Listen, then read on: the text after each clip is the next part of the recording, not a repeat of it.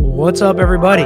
We get so many questions about conspiracy theories on cases that we're following on this channel, about what ifs. And someone said, Pete Sardis and I have known each other for over 20 years, and we usually see eye to eye, but there are some things we see very differently. I'm going to follow the case. Pete's going to bring in the theories. What is mainstream media saying? What are the reports saying? Is it real? Is it fake? Did it come in at trial? And we're going to discuss it because, as we've seen in trials, one side or the other can do something that makes previously inadmissible evidence come in by opening the door. Make sure you subscribe on iTunes, SoundCloud, Spotify, wherever you listen to our podcast. Let me know what you think in the comments. What's up, everybody, and welcome in to Opening the Door, where we talk about cases in a bit of a different way than we have on our YouTube channel in the past, where we answer a lot of the questions you have that are conspiracy theories or speculative theories, or will this come in, or what about what this person said? And we see whether or not we think it's reliable, whether or not we think it ever come in at a trial or in the case at all. And to help me with that every week is my partner, Pete Sardis, who's going to bring the headlines. He's going to bring the theories, and we're going to talk about them together. So just as a little bit of background, as we do the first couple episodes, Pete and I have known each other for more than half my life. We both learned everything we know about being a lawyer from my dad. And we've been practicing together for 10 years. So we have a lot of similar experiences, and we look at things pretty similarly, but that doesn't mean that we don't disagree all the time, as lawyers often do. So Pete, what case are we talking about today? Well, we're talking about a local case here, a gentleman by the name of Stephen Causey, who has, at this point, is missing. That is the official listing of what's going on with him. But the allegations are that actually the plaintiff in a case that Stephen Causey is a lawyer on may have been some foul play and ended his life somewhere between here and Miami. And he has been arrested and charged with that crime. And we'll get into that today. It is literally in our backyard in Largo. We are in Clearwater, Florida, the Tampa Bay area. Largo is literally a rock's throw from Clearwater. So we know this one's a little bit different for us, right? Because we literally know all the players. We know the victim's firm. We know the defendant and his the plastic surgery office that he was working with, and that was the subject of the civil case that the victim's law firm was working on. Very convoluted. We know the judges involved. We know the state attorneys involved. We know the criminal defense attorney that's been hired on the case. So this one is hitting close to home for us, especially because at least what I'm hearing is some people think this happened because the victim in the case, as you said, was a lawyer in opposition to the defendant in a civil case about money, which is literally what we do. So what are people saying about what they think the motive of this potential crime was? You know, I've heard a couple of different stories. The one motive is that apparently this is the lawyer for the other side, and this particular plaintiff, the plastic surgeon, Dr. Kozlowski, he just lost it and went over to this office. And the theory is that he actually injected Stephen Causey with a paralytic and took him. And there's some discussions that the reason for using the paralytic is because of malice. You can feel everything that's happening to you. You just can't move. So the concept was that he took him and he basically tortured him and disposed of him in the Everglades. I've heard a different theory too. I don't know if it's public yet, but Stephen Causey happens to be gay. He's married to a man, and the allegations are that I've heard that there was some sort of relationship between Stephen Causey and Dr. Kozlowski at some point, and that the doctor took Stephen taking this case as a personal slight. Okay, so and that's exactly what we're talking about, the stuff that would probably never be discussed on the normal YouTube channel. So crime of passion is a potential in this case. Yes. And you better believe that the state attorney's office is investigating that as well, because there's no motive like a crime of passion. But so I've read, basically the only thing I've read on this case is the probable cause affidavit. So to give anybody just a quick background of what happened here, it's very interesting because you used the word snapped, that the defendant doctor, who's a plastic surgeon, snapped. And in order to do that, it would seem like something that wasn't really planned, that he just kind of flew off the handle. However, according to the probable cause affidavit and the narrative by Largo PD, he shows up at Cozy's. Is it Cozy or Kazi? It's Kazi. Kazi's office. And I didn't know him personally. I've never met him. Okay. I've met other members of his firm, and I know a ton of people that were very good friends with him. All accounts are that he was an awesome dude. And so the doctor defendant shows up there before Kazi. Dr. Plaintiff. He's the plaintiff. The doctor's the plaintiff. He's the criminal defendant. Oh, you're right. I'm sorry. Yeah. So he's been charged. Right. So yes, he is suing his old. So there's so much going on. So the doctor criminal defendant is the civil plaintiff suing a plastic surgeon office in town that we've met with. We know people there, and he's suing them in a civil dispute. Kazi's office, not even Kazi personally, but Kazi's office represents the plastic surgeon's office, who is the defendant. That's the civil case. Okay. Criminal case, doctor defendant shows up to Kazi's office before he gets there, allegedly, right? Allegedly, because they see a white male of the doctor's side walk into the office carrying a big box or something, goes inside with gloves on and a backpack, never leaves until Kazi shows up. And then hours later, Kazi disappears. His cell phone is still at his desk. His music is still playing. He goes to the bathroom and never shows up at his desk. And he is reported a missing person later that day. Now, the security cameras at the office see the person that is believed to be the doctor defendant leave the building now with that trunk or whatever it is, that box, very heavy. He can't even barely lift it into his truck. His truck, there's so many crazy details here. His truck is owned by him, but unregistered. The only person that registered it is the guy that sold it to him. But the crazy part about this to me is they had a hearing on the civil case. And the doctor defendant, or allegedly, who left the office, is sitting in his truck. He does that hearing, and he's representing himself. And he wants sanctions because Kazi didn't show up to the hearing. Right when the hearing ends, that truck leaves the parking lot. Again, all of these things are circumstantial evidence that points to the doctor being the one that committed this crime. It's a wild timeline of events. Right. And at some point, based on the probable cause affidavit, law enforcement actually searches the doctor's house and his vehicles, and they find a backpack. And in the backpack is a syringe with a paralytic, another syringe with like a knock. It's like basically to knock him out, brass knuckles, and some other accoutrements, right? Tape and all that. What do we call that? What do we call that in law school? What's that? Isn't it like burglary? Circumstantial evidence? No. Don't. Oh yeah, the tools. Yeah, burglary tools. Yeah. It's like something like that. This isn't like every law school case. It's like when you show up and the guy has burglary tools in his bag, that's usually a bad sign. Well, that's exactly what this guy had in his bag. Right. And then it goes even further. Then they actually call Department of Highway Safety and Motor Vehicles because, there's a Dr. Kozowski has $1 million house in Tarpon Springs. He also has another $1 million house down in Miami because his main practice is in Miami. And they get the videotape of his car, which is a different car than the car that originally picked up what is supposed to be Mr. Kazi. The Toyota Corolla. It's the Toyota Corolla going down to Miami, and he only is there for a day. Yeah, right.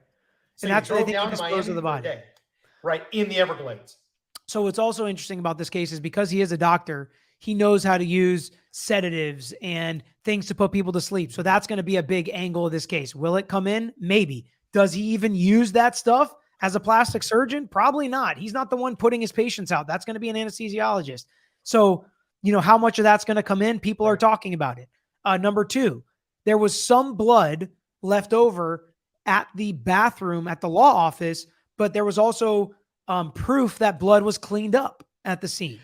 Yeah, and what they said was when they went into the bathroom, there was some sort of peculiar smell, and that peculiar smell is what they sterilize, surgical equipment in surgery rooms with. That was that smell.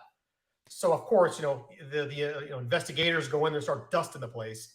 How many people do you know have vests and brass knuckles and syringes, all with, the vest at least had a lot of blood on it, in the trunk of their car just driving around? Yeah, I normally don't keep that stuff in the trunk. Right. I mean, it's crazy to think that he was literally just driving around with this. And it's crazy to think that he was driving around his unregistered truck for months. And I'm trying to figure out, did he actually buy the vehicle with the intention of committing this offense, but it took him longer to commit it than he thought? Because that's some wicked premeditation if that's the case. And just to think that according to the probable cause affidavit and the surveillance, he shows up at 8:32 and Kazi shows up at 8:37. So he just barely beats him there. Right. It seems like it's lucky. Like if it was 8:30, and he just decided to show up at 8:30 that day, then Kazi would have already been there. Right. And that means, would he have gone in and still had this altercation or whatever the case? Because if the case is the way we think it is, it's an ambush is what it is. And they found his fingerprint in like the breaker room and somewhere that the public didn't usually go. So did he go into there are so many details. And if people are wondering, circumstantial evidence, we've talked about other cases with circumstantial evidence. Sometimes we found it not to be that strong. I don't feel that way so far here when reading this probable cause affidavit, because it makes sense to go into the breaker room to hide. You jump out of the breaker room, attack him in the bathroom, clean up. Yeah. Right. Stick him with the medication. And that's the end of it. Now, the truth is, this is going to be technically a case that is completely circumstantial, because right now there's no corpus delicti. We're missing, the Latin terminology for the body of proof, the corpus, in a murder case. So talk about the Everglades for people that aren't from Florida. Why are people saying he went down to the Everglades? Let's talk about kind of where it is first. There is a road that goes from Tampa Bay to Miami. It's called Alligator Alley. And the reason they call it Alligator Alley is it cuts right through the Florida Everglades, which is a big, technically national park. And it is a swamp where there are alligators and snakes and panthers and all kinds of wild animals. If you want to dispose of anything, you go to the Everglades and just dump it off the side of the road, because you can actually see there's a road cut in the Everglades, and right off the sides of the roads, it's just marshland. It goes into wilderness. So if you throw meat on the side of the road, alligators, snakes, bobcats, panthers, all those things are there living in the wild. And, there are, again, other cases like Koberger in Idaho where they have proof that he drove here, there, and everywhere, and they're trying to figure out if that's where he disposed of the knife. Well, they have proof in this case, theoretically. I think that's what you said, that there's proof he drove his car down there, right? Yeah. And there's also, I believe, witness testimony that corroborates a red vehicle on the side of the road in the Everglades. So that's going to be something that comes in at trial. They're going to use that, and they're going to have somebody explain Alligator Alley. They're going to have somebody explain why it's possible to get rid of the body. And again, that's a lot of circumstantial evidence. Even the verbiage they're using in the probable cause affidavit, where they say things like, when he was driving in his truck, you could see the red blanket with what looked like covering up human remains in the box. Like, that's literally the type of verbiage they use. It wasn't exactly, I hate to say it, when you're trying to do this, it's one thing to think about it, and it's one thing to actually do it. You just wrap a body inside of a blanket. It still looks like a body inside of a blanket. Yeah. When they first talked about a chest or a box or whatever it was, I thought it would have a top on it. Now I'm thinking maybe it's, one of those like janitorial things where it's just one of those big, deep buckets, and it's open at the top, which just, again, it seems so risky at 11 o'clock in the wheelbarrow. I know, at 11 o'clock in the morning in the middle of a very congested business park where there are cameras visibly everywhere. If you just drive by, you can see the eyes in the sky all over the place. And I understand that there's a mask in play, and I think that the box is kind of like one of those boxes that has like little wheels on it. So I think it's more of a wheelbarrow, but it's more like you said, a plastic bin as opposed to a traditional wheelbarrow. Yeah, I'm assuming he looked like a cleaning guy. That's what I'm assuming. And he had gloves on, which again is also weird. How did they get a fingerprint of his if he had gloves on? I think it's kind of weird. But those are the types of things his defense attorney is going to argue. The fact that we don't have a positive ID that it was him, right? That's number one. That's Right. difficult. True. Somebody else could have been driving his truck. There are still arguments, right? And he has been charged with murder, right? That is what he is charged with. Yep. Intentional So, first-degree murder. exactly. So, in order to get there, you have to prove that he actually committed that act, that it was not kidnapping, that it was not something else that led to anything other than the victim being deceased at the end of it, right? I mean, that is going to be a big argument from a criminal defense attorney's point of view, right? Exactly. Like, And how the big is real it to have a body in these cases? How important? well, in the old days, it was imperative. Without a body, there could never be you couldn't have a first-degree There's even murder a case song without a about it. body. Yeah. No body, It no cannot, crime, right? no body, no crime. And so the problem then becomes, how do you corroborate that that person is no longer alive? And I think that was one of But the for the big points, circumstantial evidence. right? That was one of the big points in the Casey Anthony trial. So, I mean, I think that, if I'm remembering correctly, but I, again, when we have these cases where there is no body, it becomes a lot more difficult because a jury, if you even make a jury think, well, maybe the person's just still alive and they left. Now, there's a lot of things going on in this case that would make you think otherwise. He left his phone, his computer was on, he had a hearing later that day, his music was still on, he was in the middle of work. So all of that is going to go to prove that he didn't just run away or disappear. Right. And in cases that involve, for example, drug addicts or drug dealers, people that are not very stable, it's a lot harder because the answer is, well, he disappears for years on end at a time. But you're talking about an attorney practicing in Florida that is married, that has a home, that's never, that is an active member of the bar and is always at everything. So I think you're right. The circumstances of, I left my keys, my wallet, my cell phone on my desk, my Pandora was playing on my on my computer. Those circumstances are very out of the ordinary for this particular individual. So I think, again, that's going to come into evidence because you're going to have to talk about what his day in and day out routine was. So there's a couple things when it comes to motive, which people always like and which, you always have to speculate about.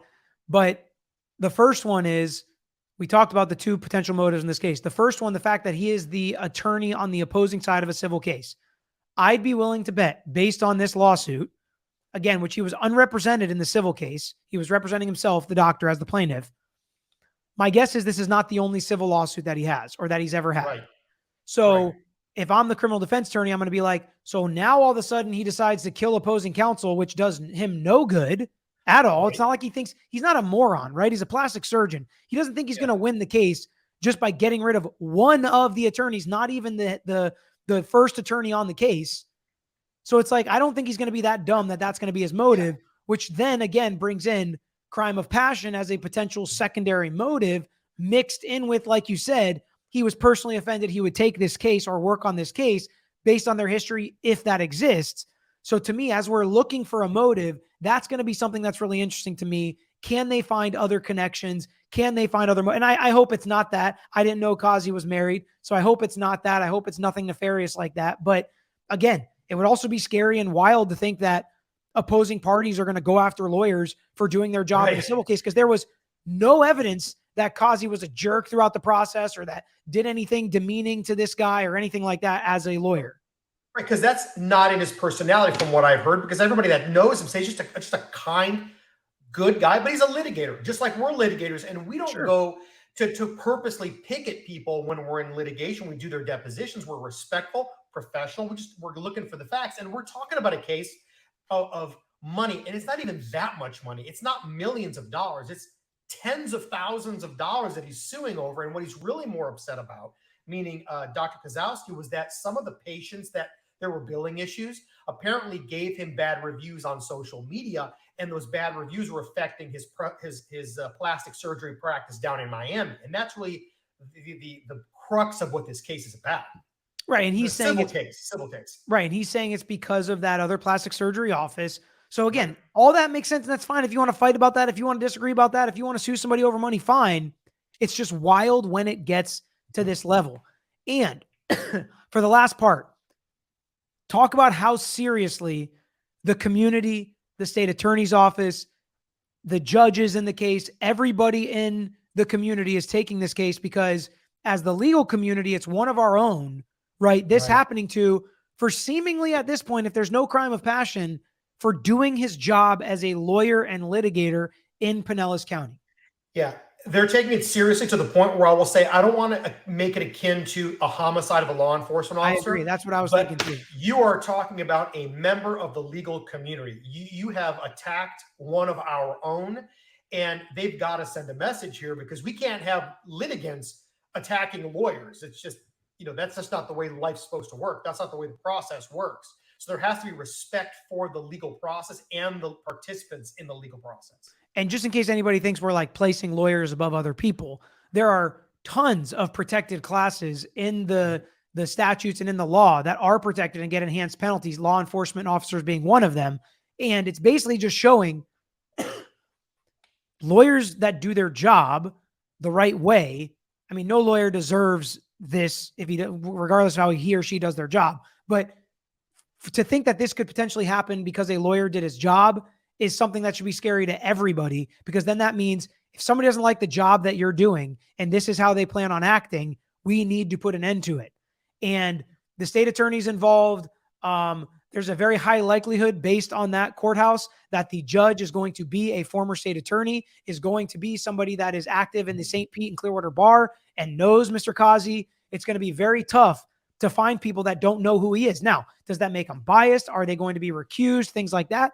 I don't think it's going to rise to that level. Now, we also know the criminal defense attorney is also big in the community as well, and in the local bar associations, and knows the state attorneys and knows the judges. Was he a former state attorney? He was a public defender, but everybody knows everybody in this case. Everybody knows everybody. And he works with tons of lawyers that were former state attorneys, right? And he's a really good dude too. And nothing bad to say about the criminal defense lawyer in this case. Really good dude. And he's going to do a good job.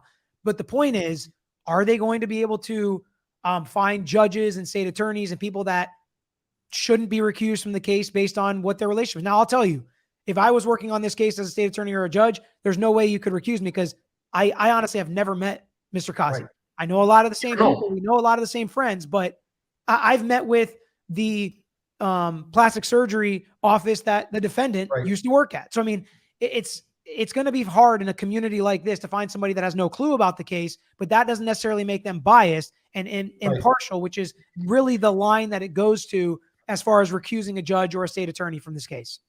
Right. And I think that there are enough people in this community that do not personally know Mr. Kazi or personally know Dr. Kozlowski that there shouldn't be a problem finding a judge, a prosecutor, and a group of people to sit on a jury in Pinellas County. So I don't think this case is going somewhere else. So we'll see. But this is going to be an interesting one to follow. And a lot of you asked about it because you knew it was in our backyard. Let me know if you have any questions in the comments. And because this is mainly for the podcast form, give us a 5-star review on whatever podcast platform you're listening to. Like it on YouTube if you're watching it on here. And just let us know what you think of the format. What other cases you think we should break down in this type of way and in this kind of format. Appreciate you joining us today. Thanks, Pete. Thanks, Peter. Thanks for watching another episode of The Lawyer You Know. If you enjoyed the episode, please hit the thumbs up and share with your friends who may be interested here on YouTube.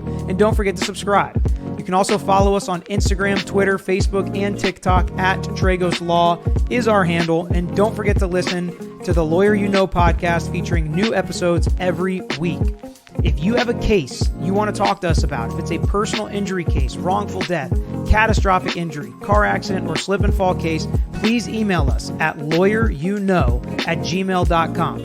And of course, all these links I just mentioned are included in the description below on this episode and every episode. So until next time, this is Peter Tragos, the Lawyer You Know.